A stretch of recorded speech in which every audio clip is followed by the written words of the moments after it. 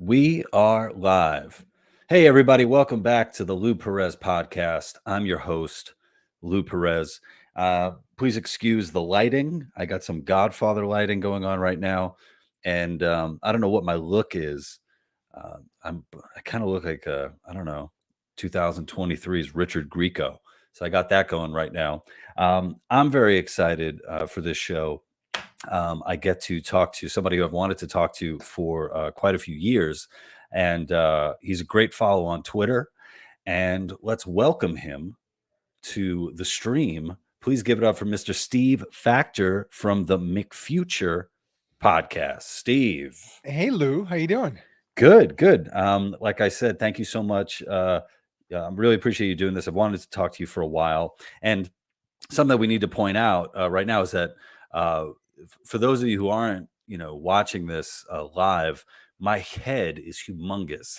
And Steve and we were trying to figure out, like the different, camera setups. And Steve was like, "Do you want me nearer, closer? Do you want me smaller and all that?" And I said, "Dude, I don't know. I can't figure out how to make myself smaller in the frame. So what you I've got lived is with a all head." giant head my whole life, so I guess the only one who has the most to complain about that would probably be my mom. but for our purposes today, I think we're pretty good. Have you? Is there?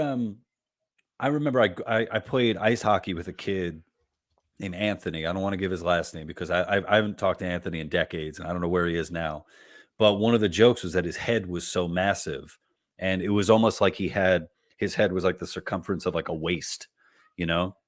And I wonder, I know like back in the day there used to be, this pseudoscience about phrenology, Mm. bumps in the head and being able to figure out criminality and that sort of thing. Is there anything to just having a big cranium? Is that, is there any, advantage, evolutionarily speaking, Not, IQ? not that I know of, because if you were to start making that argument, you would have to, like, just on a very elemental level, you would say women are generally smaller than men. And therefore, if we were to go that route, you would end up in the same sort of genetic territory that people get canceled for with race, with all this other stuff. So I think even if there was any scientific validity to it, I don't even think there's a scientist on Earth who would study it. Right. Right. Yeah. I don't think I've met a woman with as big of a noggin as I have. And I have a big head, but I wonder how much of like the size of my head, like my head seems, I think, to have gotten larger as I've gotten older, but I wonder how much of that is an illusion from the fact that my Okay. hair is going back. You know what I mean? Okay, so you've just reminded me of something that I've noticed as well, and I'm sure there's science behind it, but I've never looked into it. So I've noticed that athletes, as they get older, they get thicker. They're not Mm, necessarily like, because they all start out kind of spindly, and then as time goes on, they're not necessarily fat or anything, but they're thicker. So I think just using those muscles over time thickens you up as a person over time. yeah, I've been just getting these muscles in my forehead, just Like just going like real Barry hard. Bonds. Barry Bonds. I Yeah. mean, that guy, clearly lives a natural lifestyle. He's and just, look at the pictures before and after, completely different. I love that that there was a time when people were really, like standing up for him and saying like, "No, man, he doesn't do steroids. He doesn't do PEDs." It's like a similar thing to like people standing up for professional wrestling. So no, it's real, man. Like it is totally real. And then, later on, I think we become a lot more uh we become more I don't know, adults in just admitting like, yeah, man, like all those guys are on juice or, take some kind of performance enhancer. And people have always been doing it, especially when it comes to sports. Well, when it comes to wrestling, especially, I think there's, kind of I've heard an argument recently that I'm starting to believe that in a way, because it's fake, it's more real in terms of a reflection of our world than a lot of things that we think are real. Like there's this whole kayfabe thing. Have you heard of it? What's that? What's kayfabe? So kayfabe, I'm not going to do it justice, but I think it's a concept that Eric Weinstein either came up with or popularized.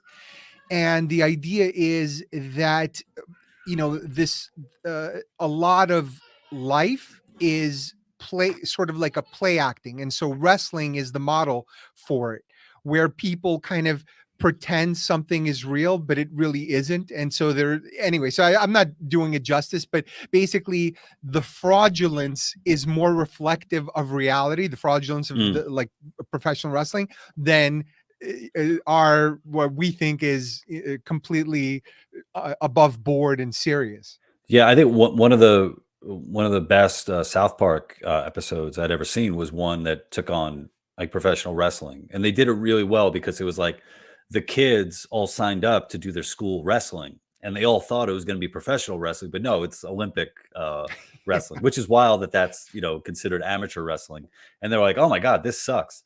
And then the professional wrestling, as it's depicted as like operatic. It's depicted as basically epic. These epic those huge jumps and the pile drivers. Yeah, and like everyone having like kind of that moment, that soliloquy. And as a sketch comedy person, actually I talked to my partner Greg Burke about this a while back.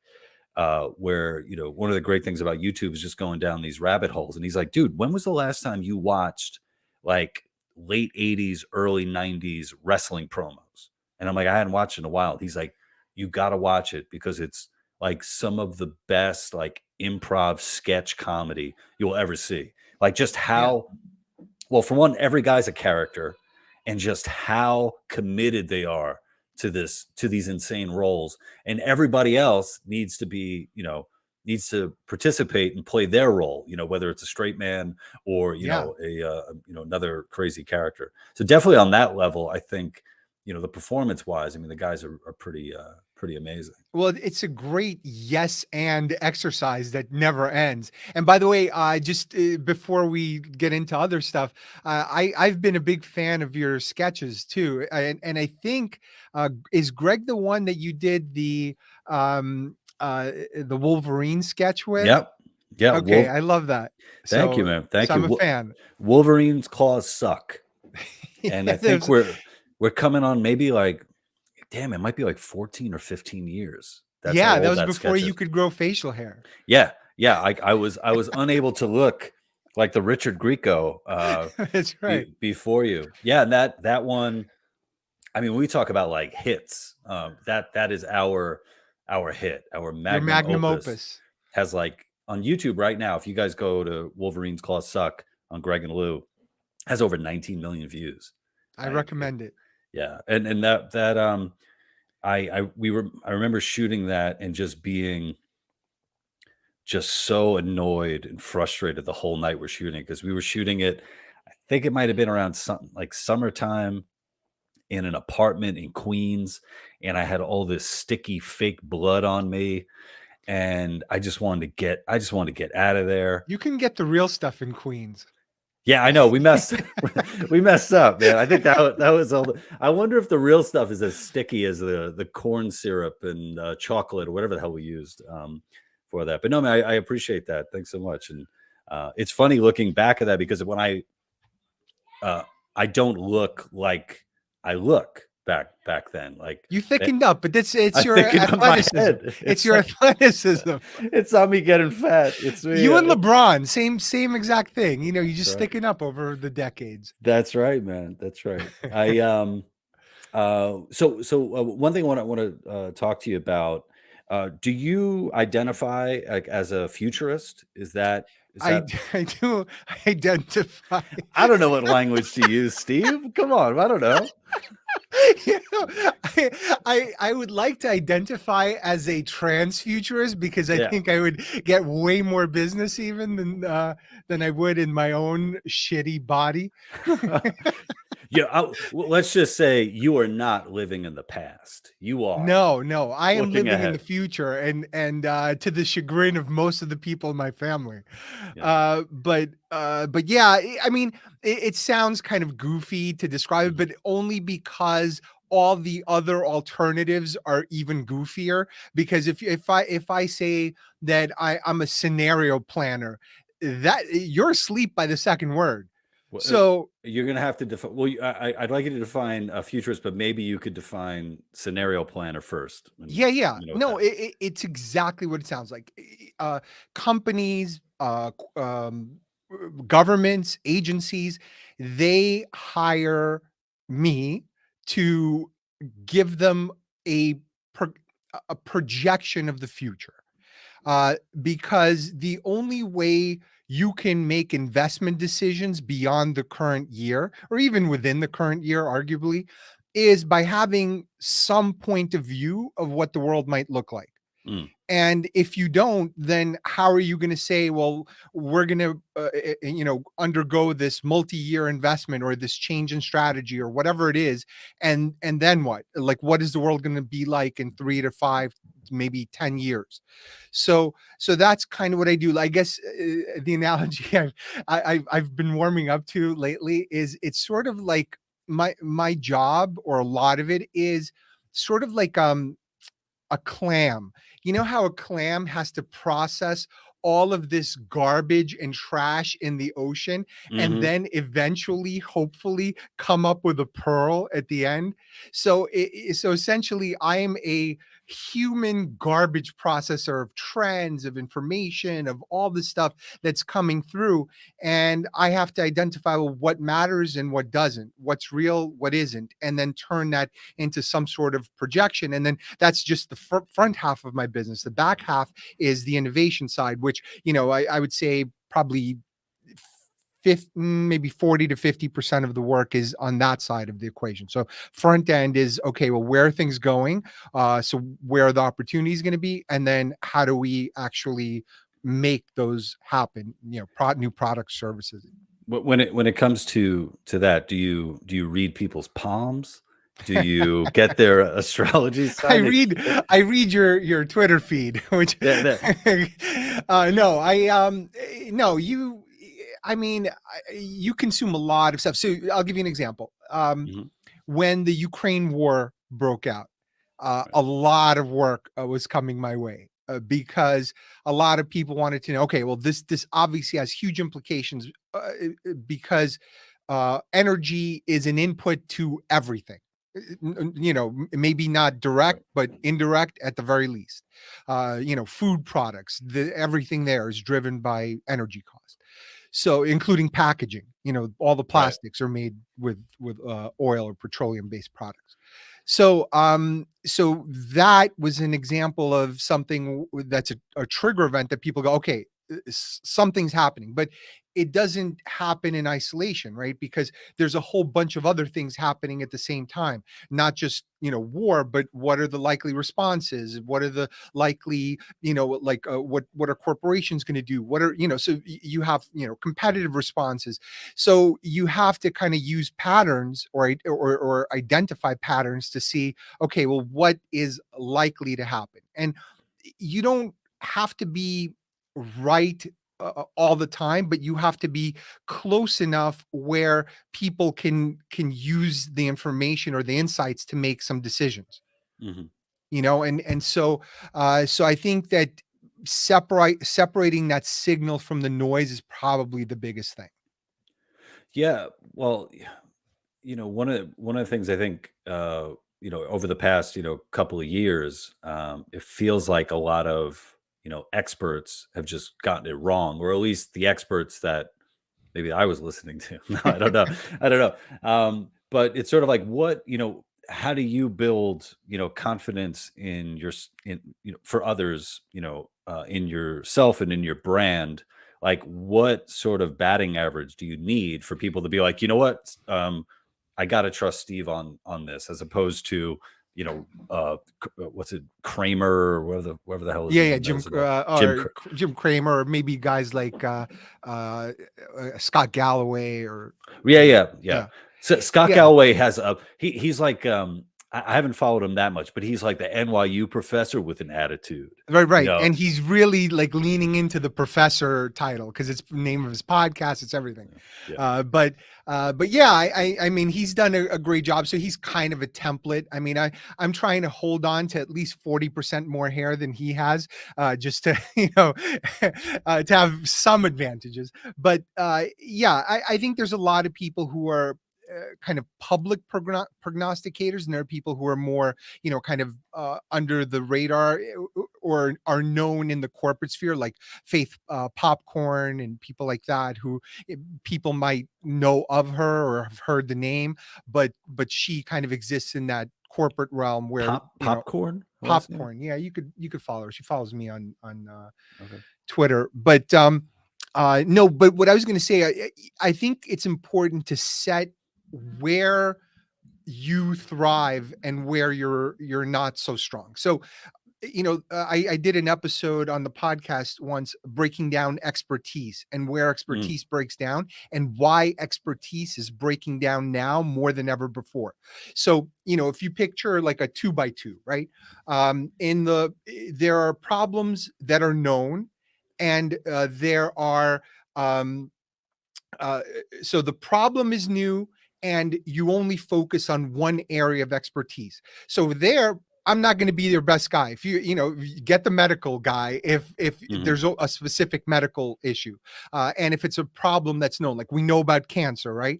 And you're gonna, and if you need to know all the different available treatments and mitigation strategies for cancer, you're going to work in that lower left hand box. I'm not your guy. But as you start moving out on both axes, you start crossing multiple disciplines. Like COVID is a perfect example, Right. because that was not just medical. That was economics. That was geopolitics. That was all kinds of, technology related. That was, just cities and work and So yeah, corporate, social, sociology, yeah, everything. social behavioral, all that stuff. And Yeah. once you start moving in that direction, you're crossing multiple disciplines, and the problem itself is novel. So now you're out in the upper right hand quadrant, and that's where I thrive, where I'm good at synthesizing all of these crazy things that are happening across multiple disciplines, and then I can help you make sense of those. Mm. How'd you get into? How does one get into this? Did you So study like I chaos theory and that sort of thing? chaos in my life. But yeah, it sort of happened. I was in corporate for a long time, so I was head of well, before I was head of anything, I was like a strategy type of guy in consulting. And then I went into corporate, to MasterCard, and I started doing innovation. So I actually brought innovation into the company and developing new products and services. Like it wasn't a function that existed before. Is MasterCard still around? This is such a stupid question, but MasterCard is still around. I'm maybe I don't know if I should tell people what kind of card I have, but I don't know if anybody else still gets these, but like every month I still get Discover still sends me mail. Like they Yeah. really want me back ever since like it was the first card I ever had like in college. And so So they want my me back. successor at MasterCard went to run. Did she run all of Discover? She ran a big chunk of it. So I don't remember. I think it was either US or head of I wonder marketing. if we dated and that's why she just can't stop sending me Discover card shit. Yeah, so so anyway, I was doing innovation work Mhm. and coming up with new products and services, but a big part of it is figuring out, well, where are the opportunities. And so I started to, over time, and I'll just kind of condense a bunch of jobs. So it was MasterCard, Citigroup, and American Express, where I progressed into managing more and more innovation type work. And a big part of it is figuring out this, well, what's the world going to look like? Where are the opportunities going to Mhm. be? So that's sort of the front end. Then it's coming up with, the specific ideas, let's say. Then it's finding or developing the capabilities to execute on them. And so I put together this sort of I call it the 4 C's of innovation, and the first one is context. So all the futurism stuff resides there. So that's basically context is um, what's happening in the world, Mhm. the trends we've been talking about. Then what are you great at, and what do you aspire to be? And at the intersection of those three things are where you look for opportunities. And so that's where I kind of, take so that's where the all the futurism stuff and whatever ends, and then I go into actually helping them execute. So a lot of it is finding partners for these companies to execute for them, like startups that already have 70% of the solution out there. So maybe they either partner with them or invest in them to bring it to market faster than developing it themselves. The giant corporations aren't good at developing anything internally. Mm. And did so you started out there and then you went off on your own? Yeah, so I wrote a book. I wrote a book in end of 2011 called Econovation, and I started to do a bunch of speaking and promotion around the book. And then they called me in to, who was it? Was it the P? Oh yeah, the head of PR at American Express, and was like, "You have to run everything by us." And keep in mind, this is a company with $1 billion marketing budget. It did Mm. not need me out there improvising. Right. So, Like, there's this crazy guy, yeah, he's got selling a lot this of ideas, and a lot selling of this them. manifesto. Right, Yeah, right, right. exactly. And so when I realized that there was absolutely no way to have any kind of freedom to say anything I want to say without running it through a corporate filter, and that's why, like, I've never had corporate people on the podcast. That's why, like, there's no point to listening to their interviews, because it's sort of like athletes, where you ask Mhm. them after the game, it's like, well, our backs were against the wall, and they played a tough game, and they're great competitors. It's like Right, it's same thing. formulaic. And so it's the same thing with corporate, and those are the things you're allowed to say. And I get it. It's a Mhm. controlled environment, and you have to live within those rules, and I wasn't prepared to live within those rules. Yeah. You know, I wanna say something. I don't know if this is, gonna be a popular take, but when you talk about innovation, I feel like, credit cards just as a technology, as an innovation, are just incredible. Like, anytime someone thinks about credit cards, they automatically think about the debt that they have, and like, "Oh, man, this freaking sucks." I have credit card debt. My wife and I were working, to get it paid down. Obviously, we wanna be, debt free. Um, but, just looking at, like, just the idea of you can get this now and you don't have the money and you Yeah. will eventually pay it off. Like, that's incredible. If you looked at just, like, the amount of stuff that you couldn't get if you needed cash on hand, it's just endless. Well, it's funny. I had that exact revelation, even though I'd worked in this business for a really long time. I, I moved to the burbs at the, like during the pandemic, and that's a whole other conversation we could Mm, have. But I had to buy a car. Never owned a right. car before, and so I went in, and yeah, I had good credit, and whatever. I applied. I I didn't put any money down. They just gave me a car. We drove away from the plate. We drove Yeah. away from a building with a with a vehicle that I gave them nothing. Oh, just a little bit of paperwork, and they were like, yeah, go ahead, just drive off the lot. It's fine. Everything's okay. Yeah. And that is insanity to me, and also made me realize, like, how screwed up life would be for people who don't have that ability, and how much harder everything is. And so it's a linchpin of our modern society, but it's also, a kind of a stake through the heart if you don't have good credit. Yeah. Yeah. And I think, ever since biblical times, I guess usury, right, as they would Yeah. call it, gets a bad rap. But it's like, well, dude, I mean, there's no incentive for me to loan you anything.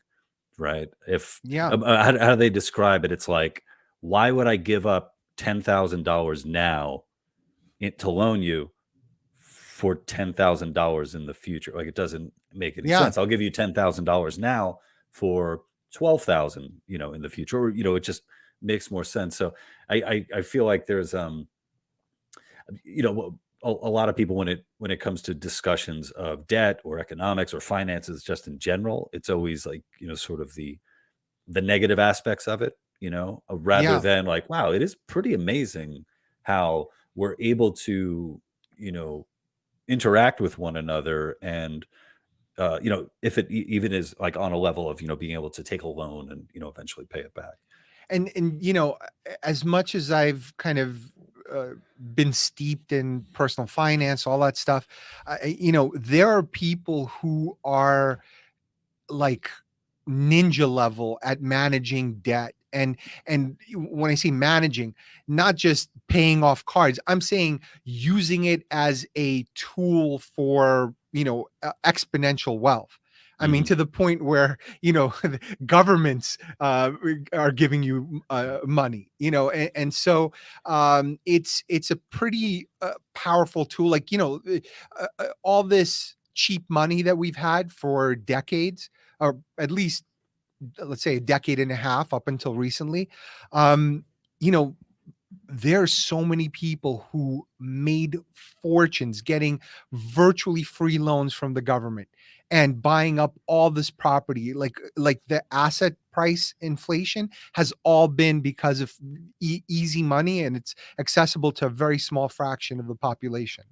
Yeah, it's well, yeah. There's a point where, I just don't understand stuff, and getting to that level. But I'll tell you what, something that I get, that like excites me, is, so I have two kids, and we opened 529 plans for them, which is like, for Yeah. education, and I get so excited, like when I put in money every single month for them, and it's like, you look at it and it's like, I could have been, wasting that money on anything, but there's something very, futuristic looking to the, I don't know. Yeah. I'm trying here, Steve. No, it's good. It's good. No, No, but absolutely. looking to the future, and that's an incentive, of itself. That's, those are the markers of telling me how to, go about day to day stuff. It's interesting when you say that.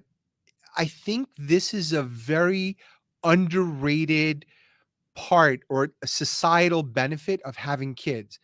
There is a positivity and necessity to make things better that comes along with it. And look, there's a lot of shitty parents. Sure. Let's face it.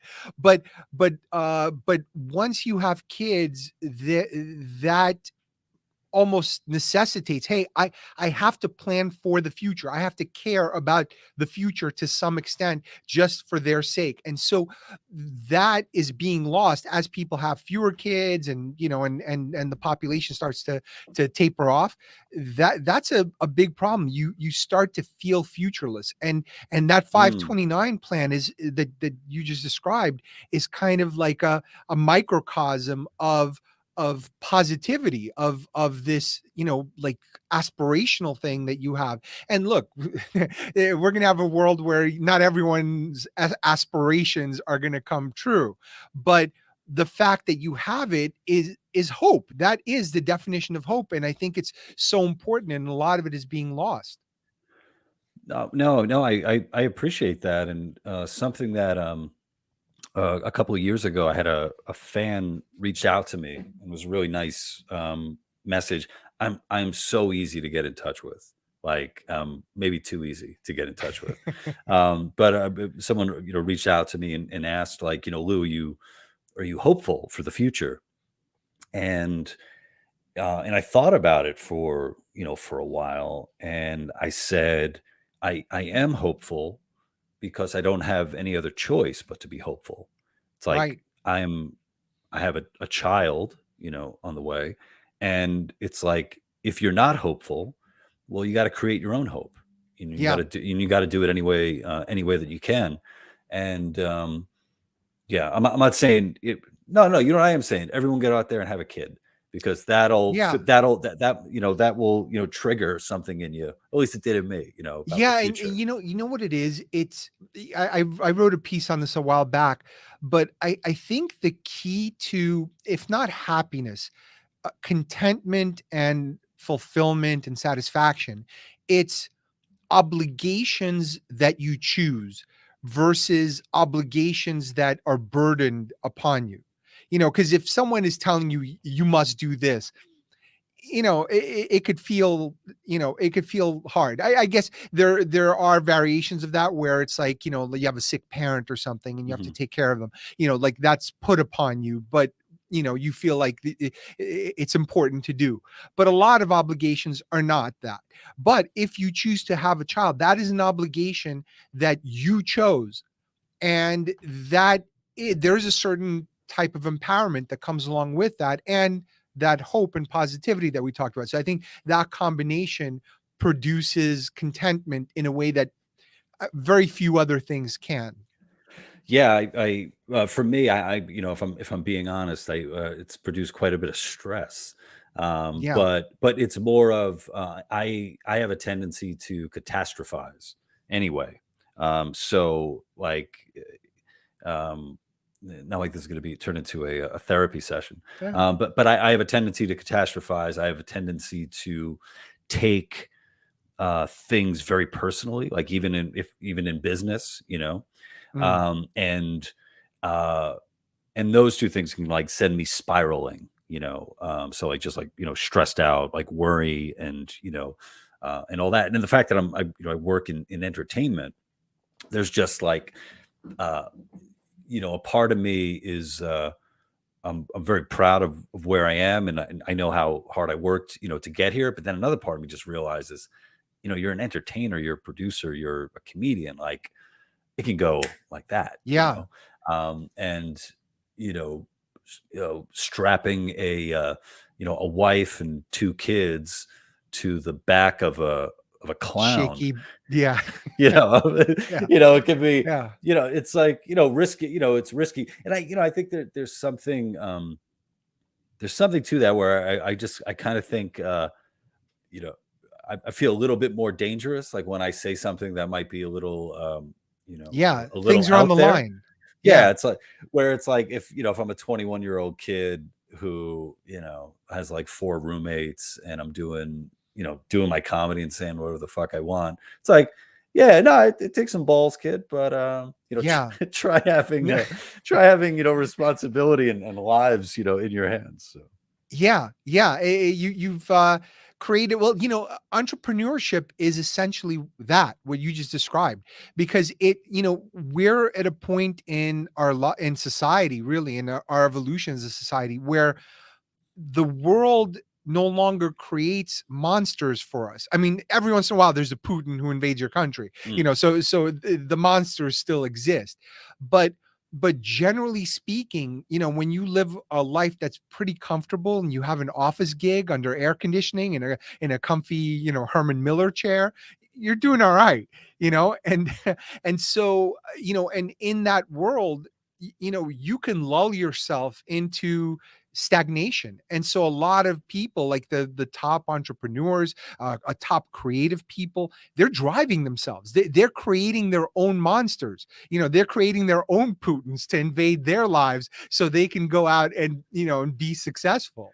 guys, I'm so sorry for creating so many Putins, like Too many this. Putins. Too many That should be Putin. the name of this episode. It's Too many too Putins. many Putins. Too It's many almost Putins. like an inside job. Like Lou Perez was behind all that.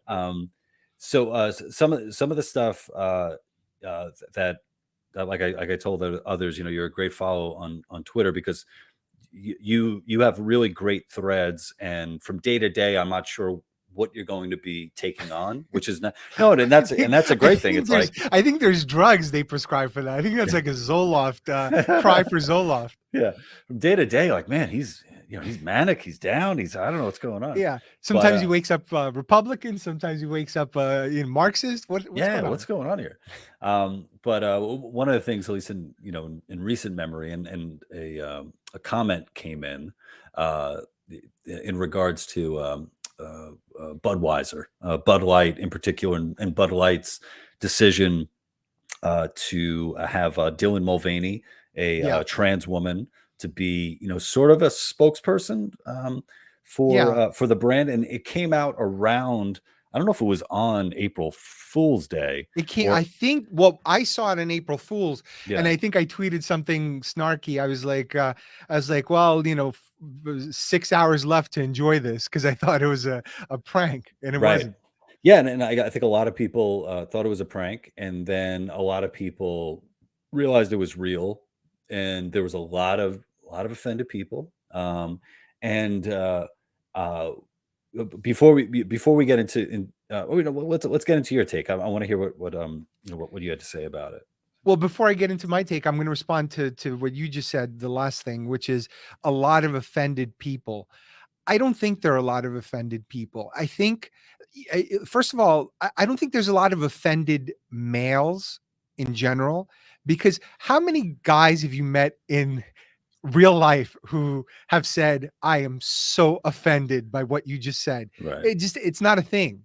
But there is a performative type of offended that is either used as a weapon or is used by insane people. It's And so it's so, it's the professional wrestling right, the almost element of kayfabe.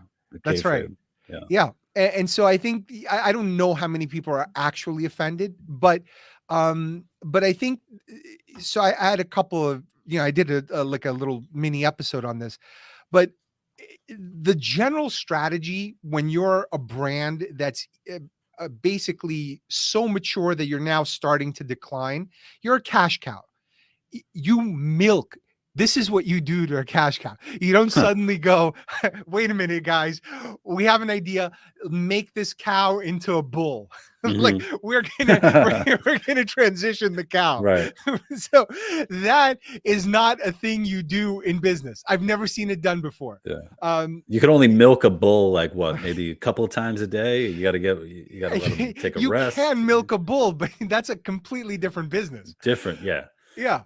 So I think that is the first thing, the first problem. Why would you?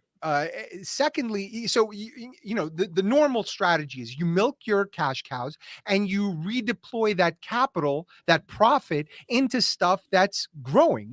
Other opportunities, new products, new services, new ideas, maybe investments in other companies. You explore maybe R&D. You find that next thing.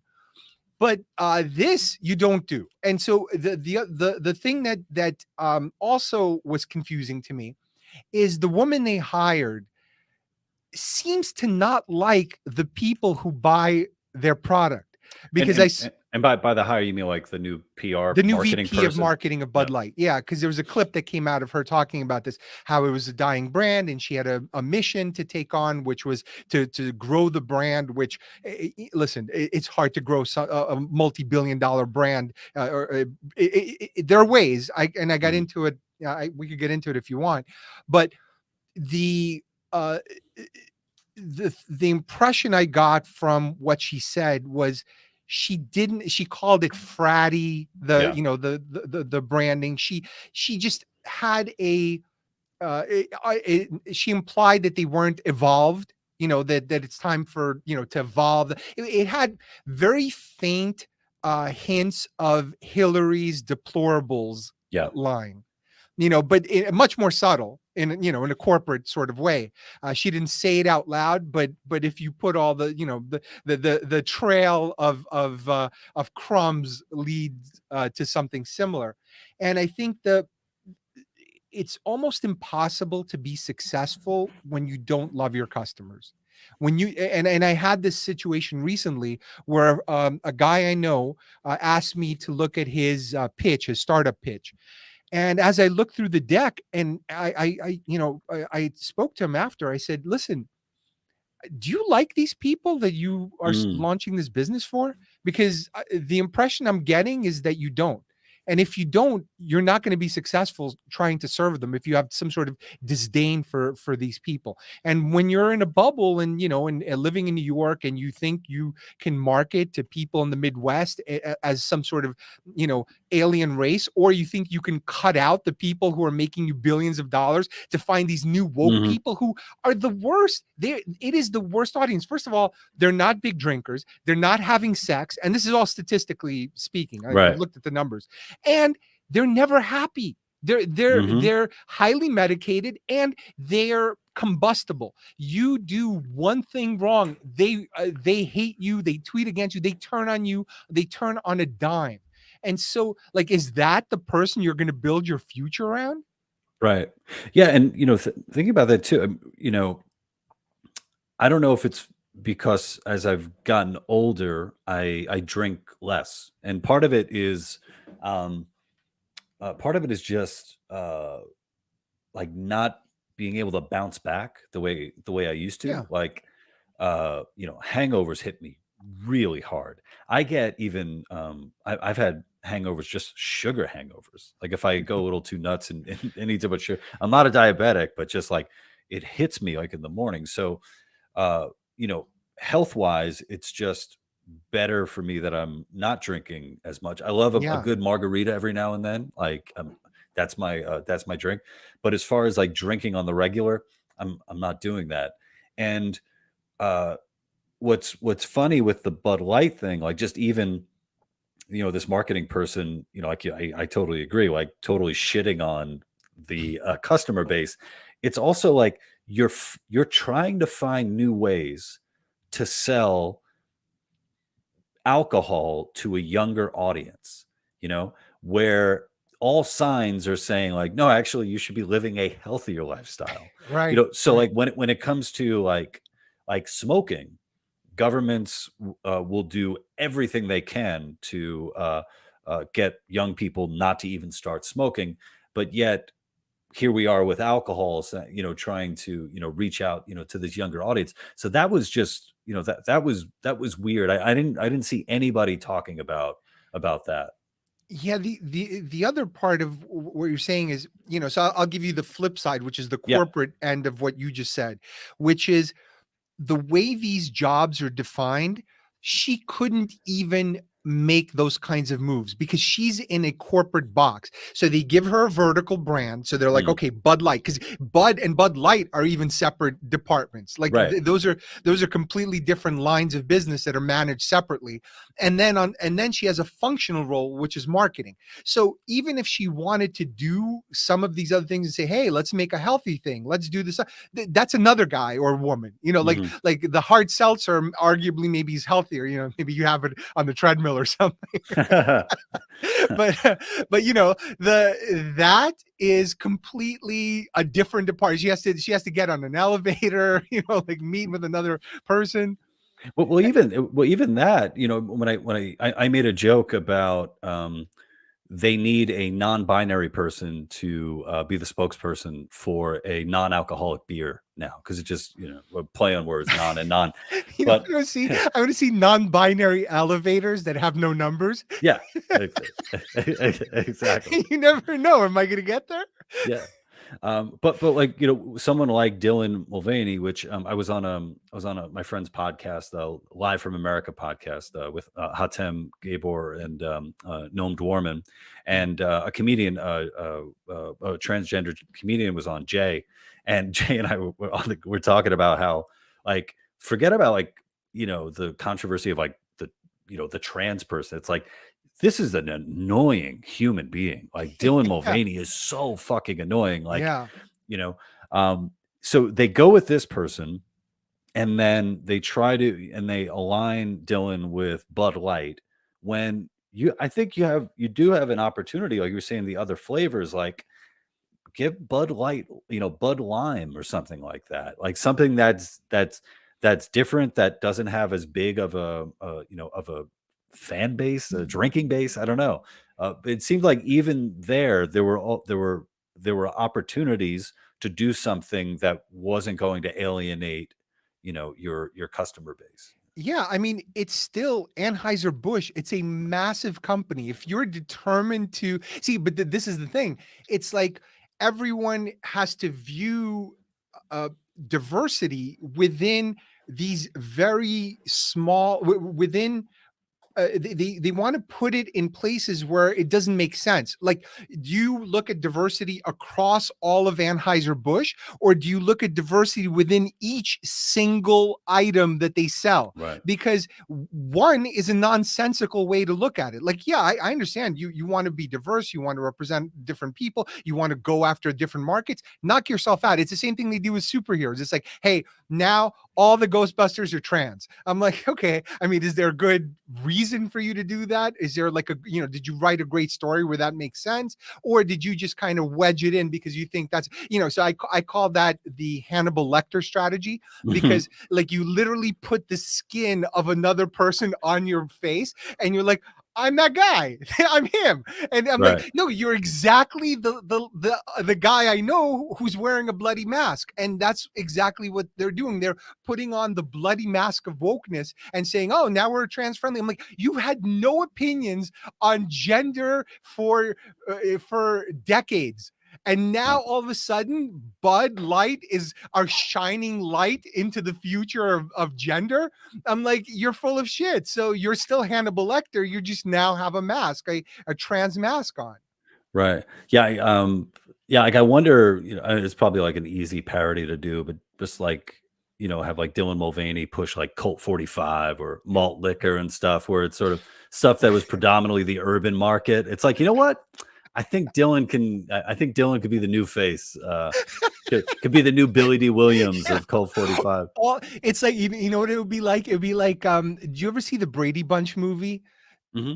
So there was a running gag in there where no matter what the client would ask for, Right. Mike, the husband, would always give them a version of the Brady house with a different sign on top of it. Yeah. So it's like, no matter what your problem you have at your corporation, Dylan Mulvaney is your solution. Yeah. That's right. And I mean, Dylan has gotten fucking advertising like all over the place. Nike, um, Bud Light. I only know two. All over the place. Here are two things, but I'd be amazed, to see what those checks look like. But you know what, Dylan? So I have nothing against. Listen, there's a lot of people making money off this stuff. So Sure. I'm not going to isolate her or to make to have a problem with, but uh, her specifically, it comes off almost like a minstrel show. It's Mhm. it's a gender version of a minstrel show where she's putting on this act of a exaggerated woman, not even like a regular woman, how a woman would behave. It's just so exaggerated, so over the top that it's almost insulting. I don't know if I'm a woman and I'm watching it, would I can't put myself necessarily in that position, but it just feels so over the top, and if like that could be offensive if you're a certain kind of person. Yeah, the most annoying skinny bitch you've ever met. It's like you don't got titties, you don't got an ass. Like, get the fuck away from me. Go over there and drink your Colt 45 in the corner.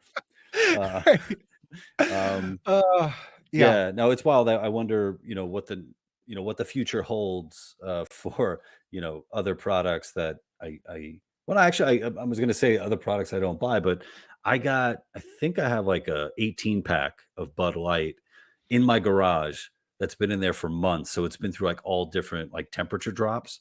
I have Yeah, no it could idea what survive that's gonna. anything. That Yeah, beer is pure piss. Like, I didn't even like beer largely because of Bud Light and Bud and all these other. So like it well into my 20s, I refused to drink beer because it tasted disgusting until I went to Belgium and a friend of mine took me to mm, all these places and he's like, oh, Leffe, Duvel, Chimay, all these beers. I'm like, oh my God, these are so good. And I'm like, all right, I could see alcoholism in my future yeah. because this is actually good. The thing about Bud Light is you can drink like 10 of them, and still no, I would still get shit faced over 10. That'd be a little much. Yeah, Yeah. the Belgian beers, they have some delicious stuff. I made the mistake though of drinking Delirium was one of Ooh. them. And I think that was like maybe 9 or 10% alcohol. Like Yeah, I yeah, could some probably, of them get up there. It's like wine. dude, I'm like, holy shit, that just would knock me out. Some other things I want to definitely talk to you about. Um, been seeing a lot with the rise of Chat GPT and Dolly and the Roomba, AI, the prospect of AI, artificial intelligence, taking jobs. Now, where are you on that? Are you on the side of Skynet, or do you think the humans will win? What are you Well, thinking? I think people are thinking about it in, or at least what I've seen. I can't represent everybody here, but I I think a good way to look at it is the difference between a regular checkout counter and self checkout, where you have one person, one employee for like 6 to 8 registers, maybe more. I don't know. So it's an amplification of human capabilities, and so now you're not going to need as many people. So it's like a game of musical chairs, but now we're pulling out four at a time instead of one chair at a time. And so I think it's a definite acceleration of the musical chairs in terms of jobs. And there are and most people who do jobs in front of a screen that don't have a physical product are at serious risk. Like, I tried to put some marketing stuff in there. It's better than 80% of the stuff I've seen from humans. Maybe Wow. sometimes a little too wordy, maybe a Mhm. little bit, not perfect. At least the written stuff. The visual stuff still needs a lot of work, but it'll improve dramatically, probably on an exponential curve. So I think that any job that doesn't produce anything in the material world is going to be at serious risk. So yeah, I think it's a race. I think it's a race between AI being able to improve enough to amplify jobs so the workforce will go down, and aging of the workforce, which is, a lot of people retiring, or just and decrease in birth rates. So it's essentially, what's going to happen first? Are we going to find new things for the new people to do that, and wait for the old people to age out? And AI and robotics and all this other automation will um, allow us to sustain ourselves comfortably without a lot of people working. Mm. No, that's interesting. It is something that uh, I mean, well, everybody will notice this, just over the past however many months, just the amount of people in tech being let go. And I think part of that is a testament to, I wonder how many of those people shouldn't have been there in the first Yeah, place. there's a Like, lot of didn't dead really, weight. Yeah. you know, uh, watching those fucking like TikTok videos of like a day in the life, and I Yeah. go to the Google office, and we do a rock climbing wall, but I'm not going to do a rock climbing wall because I could just make my smoothie over here, and I'm going to go Right. take a nap in the nap section and pet the company dolphin or the manatee, Yeah. just stuff like that. It's like, I don't no, I don't know what you do. You probably shouldn't have a job. But something that I noticed when so during COVID, we moved to our house, and we did basically like a gut renovation. And fortunately, we were able to do that because we sold our apartment to the city, and it was, you were able to move, get a really nice priced home, and then have money for renovation. Mm. And you know during that, our contractor, there were often days that he was working alone, not because he's the alone type, but because he couldn't find anybody Mm. to, come work, because workers were really, it was a workers market, when it came Yeah. to construction. And I was like, oh, that's really interesting. And I started thinking, like, I don't have any building skills, like, whatsoever. There was actually a point in time when I was looking, because I was like between jobs, and I was working on my book, and I was gonna go for vocational training, and I was trying to think like, what would be, should I do electric? Should I do plumbing? And it's actually something that I'm kind of still thinking about. I think it would be, interesting just to go back. I Uh, would 100% recommend that to a lot of people who, like, if you want job security, those are the last ones that'll be automated: electrician, plumbing, HVAC, all that stuff, mhm, welding. You're still going to need that, and it'll be automated with time. But anything that has high variability and non-standardization are mhm. going to be survivors for the next 40 years, let's say. Yeah, and with that, earlier I talked about the 529 plan, basically an education fund for my two kids. When I talked to our financial planner about it, I said, looking at the landscape, in 18 years, 20 years, I'm like, who even knows if my kids are going to want to go to college? Like, what is college even going to be? And he said, well, the good thing about the 529 plan, and I'm not giving any financial advice. I don't want to be sued or wherever the fuck can happen. He said, the good thing is like they could eventually take it out and they'll get hit with a penalty, but it makes sense. Yeah, Yeah. It's nothing, too bad. But something that I'm definitely going to be pushing my kids towards are the trades, because it's like there is absolutely no reason why uh my kids couldn't learn to be an electrician, plumber, or HVAC or anything like that, and still if they're interested in drama, still take acting classes, still if they're interested in literature, still read lit. So it's really having gone through college myself, all the way gotten like an MFA, and then just living in the real world, I've been able to just see the the insane amount of possibilities that are there before you when it comes to education, and also providing a realistic future for yourself when it comes to work. And at this point, I don't know what just happened to Steve. I think my Wi-Fi went down. Steve just turned like insanely pixelated, and I don't know if he can hear me. Can you hear me, Steve? Oh no. Okay, Steve just dropped out, but hopefully he'll come back. I hope that wasn't my Wi-Fi, or if maybe Steve went all the way futuristic and just sent back a pixelated version of himself. While I'm waiting for Steve to come back, and let me actually text him just to let him know that I'm still here. Um, let's see.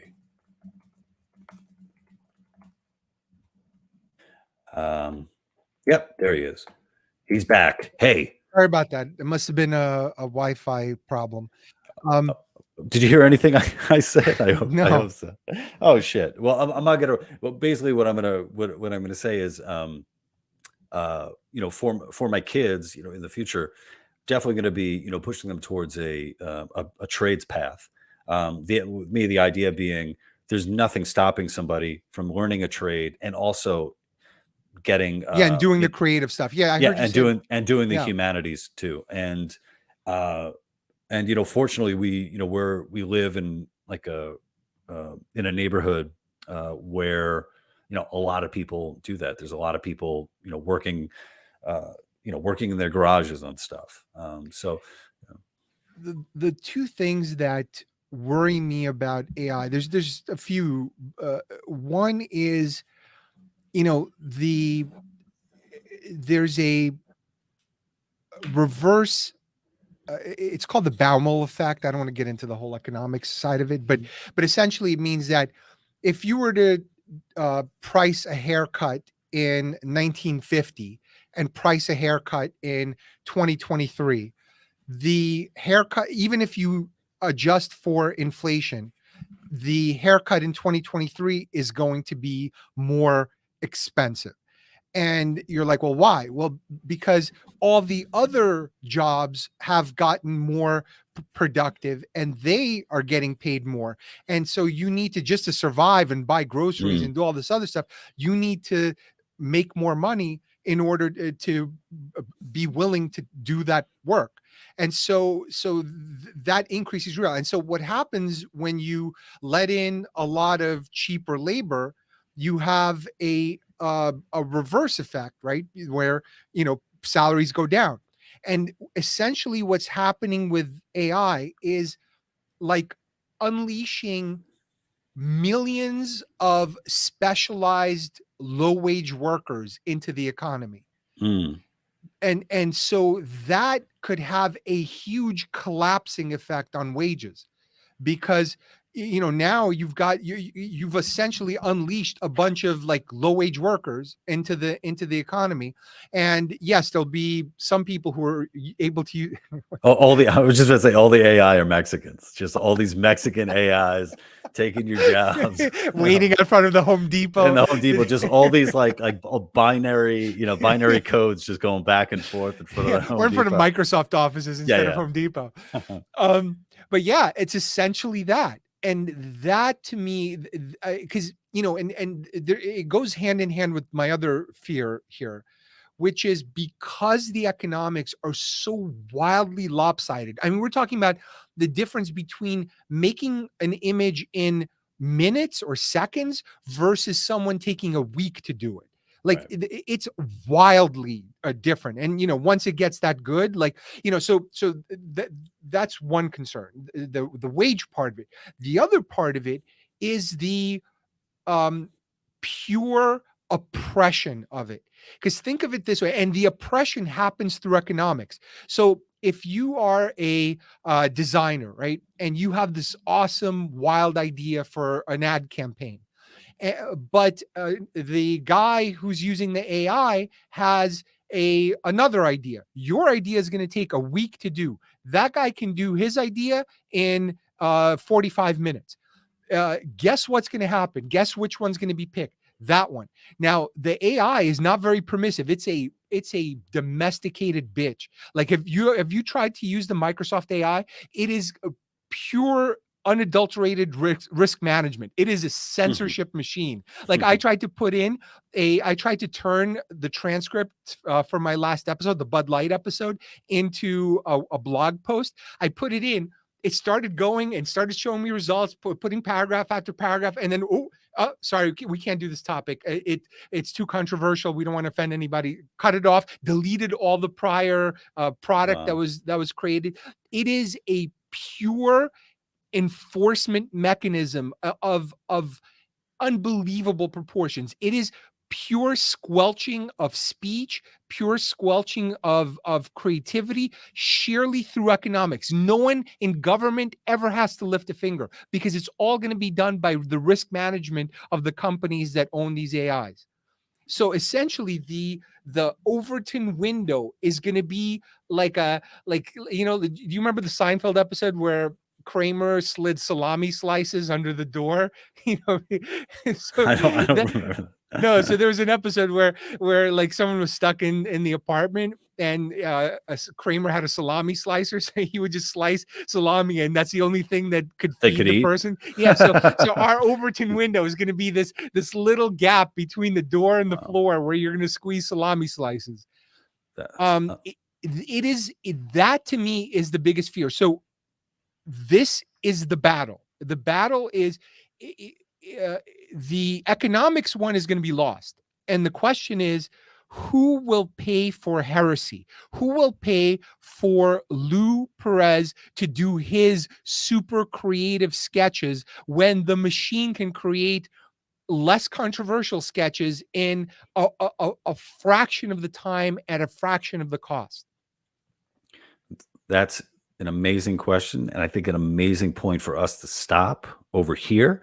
And Steve is going to join me on my locals, thelouperez.locals.com, for a locals exclusive. There's going to be a lot of heresy, over there. But for everybody listening to the stream and listening to this on my podcast, on the audio version, I want to thank Steve Faktor so much for coming down. And please check out his podcast, McFuture Podcast. The And McFuture, just look up Steve Faktor. All my stuff will Steve come Faktor, up. Faktor. KTOR. There we go. All right. Bye. Bye, guys. A pleasure.